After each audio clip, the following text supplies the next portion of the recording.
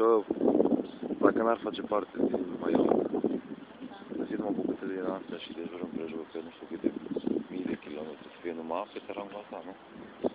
Bine că nu e așa că e foarte aproape de țărm.